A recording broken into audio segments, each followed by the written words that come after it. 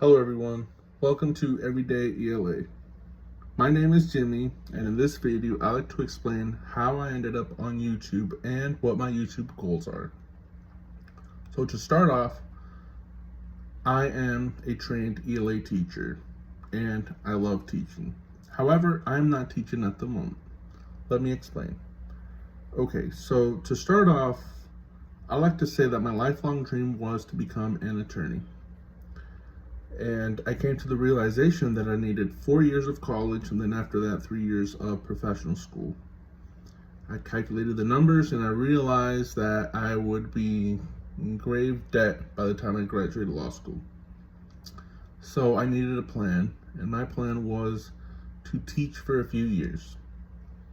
Okay, so I graduated college, and that's exactly what I did. I taught for about almost 3 years. And then I applied to law school and I went on to law school. However, I came to the realization that I absolutely hated it with all of my guts, and I wasn't happy studying law. And I realized that the pasture isn't always greener on the other side. And I really missed being a teacher. Even though there were its cons, it also had a lot of pros.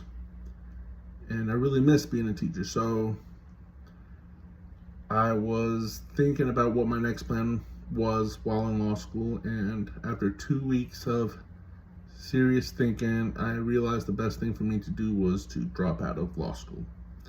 It was embarrassing, it was humiliating, but I knew in the long run it would save me a lot of debt, a lot of stress, and if I wasn't happy then, what made me think that I'd be happy by the time I graduated? So I ended up dropping out, and this was right before COVID, so little did I know that the world was going to change very soon. So I dropped out, and I moved back home, and I thought, should I teach? Should I go back to teaching full time? And it was the middle of the school year, so it would be difficult to find a full time position. Or I could, but it'd be like a long term teaching position, and I thought maybe I could wait a while until I resumed teaching full time. So I thought to myself, what can I do during this time now that I'm a law school dropout? And I thought, you know what, I could become a substitute teacher. So I applied. A month later, I was subbing in the school district that I previously taught at. So I was subbing, and then 2 weeks later, COVID hit. And I was kind of clueless at that time. I was like, okay, what's next? Just like the rest of the world, confused, worried, stressed. I was already a law school dropout, and then now I am an unemployed substitute teacher. So COVID hit, and then at that time I also worked at my family's business, and it also closed. So I was out of my main job, substitute teaching, and my other job, working at the family business. And all the while, I had a girlfriend in law school, and she didn't drop out. She still lived in her home near the law school, and she was still studying. And I thought, okay, I don't have any job here. What do I do? Do I leave my lifetime partner and start over? Or, well, I listened to my heart and I moved in with her. So it was like I was almost back in law school, but not really. I was actually living with her. Without a job, unemployed, and law school had shut down. So at that time, they were trying to transition to virtual learning. So anyways, so I was in chaos. I was confused. I really wasn't sure what tomorrow would hold, just like any other person during COVID. So And I thought, you know what? Maybe if COVID is the end, at least I'll be with the love of my life. And if COVID is not the end, well, I'm sure the area will need a teacher that I could teach at. So anyway, that wasn't the case. So a couple months passed while I was living with my partner, and I was still unemployed. And then I thought to myself, you know what? Maybe I could tutor somewhere online. Schools are shut down, but students are doing school virtually. So I thought to myself, I applied to several tutoring sites. There I would teach English to foreign students. So they were easy gigs. And then I realized that Wyzant was a platform that I once used in order to prepare for law school. But since I wasn't a law student anymore, I wasn't going to be tutored anymore. And I thought maybe they need reading and writing teachers. So I looked into it and I was hired. And for 2 years, I was tutoring students in reading and writing. So I was back to basically teaching ELA, but virtually. It wasn't a traditional classroom setting, obviously.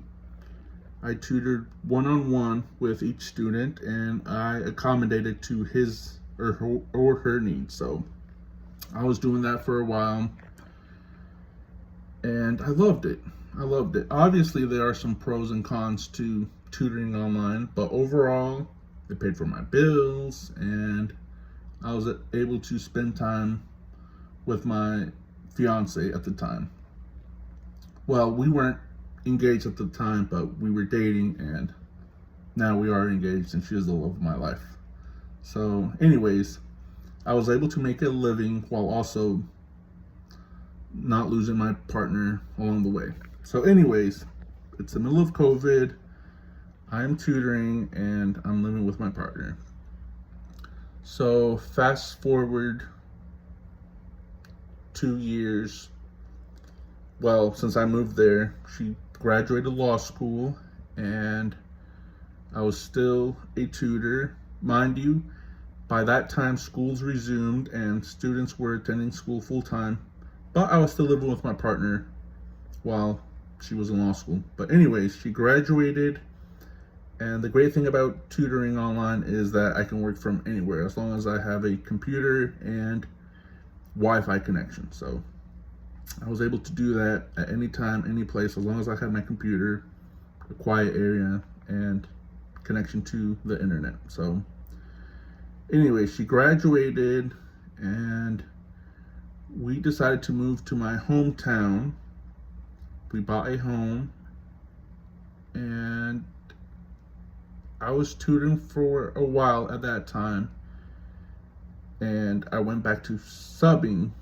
I was a substitute teacher for a couple years. I had to reduce my tutoring hours because a lot of students after COVID stopped tutoring services now that they were back in school full time. And as a result, tutoring work slowed down for me, but thankfully I was still a substitute teacher. So I was a substitute teacher throughout the days, and in the evenings I tutored here and there. Eventually, though, I was needed back into my family's business, so I had to get hours there, and I had to give up tutoring. Mind you, through all of this, I never really went back to full-time teaching ELA. So I was subbing, working on my family's business, and I was tutoring. But eventually, my family's business took a lot of my time, so I had to give up tutoring. That was bittersweet. It was bittersweet in the sense that I could spend more time at my family's business, but at the same time, it was sad because I met so many great parents, so many great students, and I felt like I impacted students more through individual tutoring versus in the classroom. I got to know the students more, and I worked with a lot of my online students for about a year or so, or a year and a half. So there were some that were there with me from the very beginning until I finally gave up online tutoring for good. So anyways, so I gave up tutoring, and I was subbing at the time and still working at the family business. Okay, so as a substitute teacher, though, it's more like babysitting students, you know? You still give the assignments, you still try to keep calm, keep control, take control of the classroom, but it's not the same because you're not really leading a lesson. You're more making sure that the students complete their assignments before the teacher returns the following day. So anyway, I felt almost like a babysitter. No disrespect to subbing. I love subbing. It's fun money. It's easy money. You know, but it's very different. It's night and day when compared to an actual full-time teacher. You know, as a full-time teacher, you see students, the same students every single day. You work with them. There are ups and downs. As a substitute teacher, it's always an adventure. You know, you never know what kind of classroom you will walk into. Most of the time, though, the schools that I subbed at were amazing, and I fell in love with teaching again. Well, like I said, my lifelong dream was to become an attorney, but I really learned to appreciate teaching after tutoring for 2.5 years and subbing in different schools. Like, I really learned to appreciate the students. I really learned to feel comfortable guiding a class in the little that I could. So anyways, tutoring wise, it was more academic material based. You know, subbing is more making sure the students remain safe and complete their assignments. So anyways, and as a substitute teacher, I realized that I needed to spend more time at the family business once again. So I thought to myself, do I give up subbing and just work at the family business full time? Mind you, leaving school forever was bittersweet. I realized that I really missed tutoring, and it was, like I said, bittersweet. But anyways, let's get back to the objective of this video. So I thought to myself, I'm not tutoring anymore. I'm not a full-time teacher anymore. I'm subbing here and there, but it's not the same. What do I do? You know, I've been asked, why don't I go back to full-time teaching and leave the family business? Well, I grew up working at my family's business, and I love it. It's very different. I work at a restaurant, by the way, so it's obviously very different than teaching. But, you know, some similarities of working at a restaurant and school is you deal with people every day. Mind you, at a restaurant, you see a customer maybe for an hour or 30 minutes. In the school setting, you have a student for an entire semester or an entire year, you know, so it's more long-term based restaurant. You see customers, you try to make them happy. Then you have to take care of the finances, manage your employees, make sure everyone arrives on time, etc. So anyways, so I realized that I really missed teaching, but at the same time, I also love working at a restaurant, and like I said, it's a family business, so I really have to do well in it for our family to succeed. So anyways, I thought to myself, do I really give up teaching and work full-time at the restaurant? Well, I thought to myself, what do I do? You know, like, my heart is crushed. At the same time, I love my family with all my heart, But I also realized that teaching was my passion all along. I subbed at other schools and I really realized that, maybe teaching wasn't so bad after all. So I thought to myself, what could I do? Well, I was an online tutor slash teacher for a couple of years, and I really learned to be tech savvy. And it came to me that perhaps I could teach online. Maybe not tutoring as I did on Wise End, but perhaps I could create content, just the way there's lots of educational content on YouTube. I thought about it for a while. I looked over a lot of educational content creators and I realized, you know what? I could do similar material, if not better, or do what I can and see if people enjoy it, if it has any educational value. So I thought, you know what? Maybe I will become a content creator.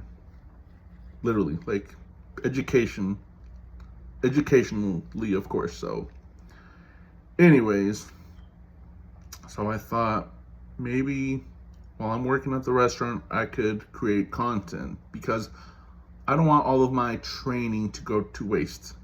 If I helped so many students as an online tutor, maybe I could help other students slash teachers as well via YouTube creating content. So anyways, so I thought to myself, sure, why not? I have nothing to lose at this point. So anyways, I'm working at the restaurant, and when I'm off, I create content. So here I am.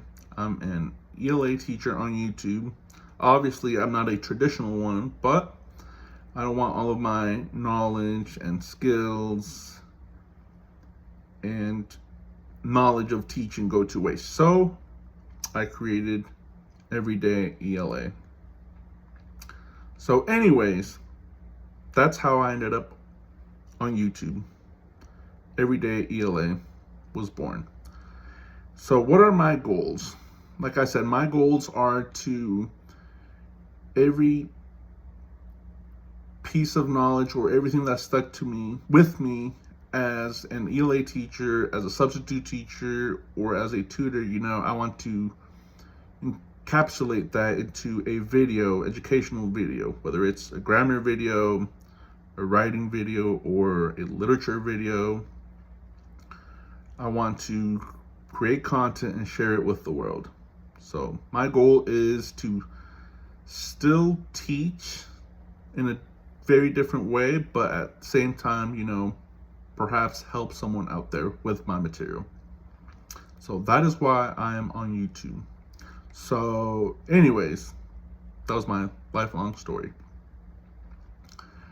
So anyways, what are my YouTube goals? My YouTube goals are to obviously grow, obviously help others in the little that I can with my content. Obviously, I'm not perfect, but I have learned a lot through this YouTube adventure, and I know what to do, what not to do, how to record my material. So anyways, I'm still learning, I'm still going. My ultimate goal is just to grow, help other teachers, help students, and hopefully just become known in the YouTube educational world. So hopefully I can become a creator that will inspire others and help others either with an ELA assignment or teaching a certain material or refreshing their grammar skills. So anyways, that's my goal, to just grow as a creator, make sure all of my ELA knowledge doesn't go to waste, and perhaps one day, I can be able to manage to do both in some way. Perhaps I can, instead of being active at the restaurant or, at this point I'm just ranting. But anyways, y'all get the gist. So, welcome to Everyday ELA. Please comment, share, subscribe. I'm just a heartbroken teacher, But, you know, I am at peace with what I am doing, working at the family business, but at the same time, I am also at peace knowing that I'm not leaving education forever. Anyways, I hope y'all have a great day. Like I said, please comment, like, subscribe, and I'll see y'all in the next video. Peace.